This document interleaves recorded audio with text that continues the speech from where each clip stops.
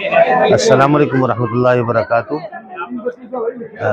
इदारतुल हरमैन की खिदमत आपके सामने है कि इस रमज़ान में इन्होंने 3 प्रोजेक्ट पे काम किया है। एक तो ये है कि ये सस्ता आटा प्रोजेक्ट लेकर के आए हैं और आधी कीमत के अंदर 20 किलो आटा फराहम किया गया है, और इसके साथ साथ आइम्मा और मुदर्रिसीन के लिए पैकेज लेकर के आए थे राशन के, वो भी उनको तकसीम किए गए। ये तीसरा प्रोजेक्ट चल रहा है यतीमों का, ये जो यतीम बच्चे हैं उनके लिए ईद की शॉपिंग की जा रही है। तो ये आप हजरात के सामने ही आप लोगों के लिए मिसाल है, इसमें आप भी काम कर सकते हैं। इस अंदाज पर अपने आप को आगे लेकर के आएँ, कोई फ़र्द भी कर सकता है, इदारा भी कर सकता है। तो इस सिलसिले को आगे लेकर जाना चाहिए और हर एक आगे बढ़कर इसके अंदर अपनी खिदमत को पेश कर सकता है।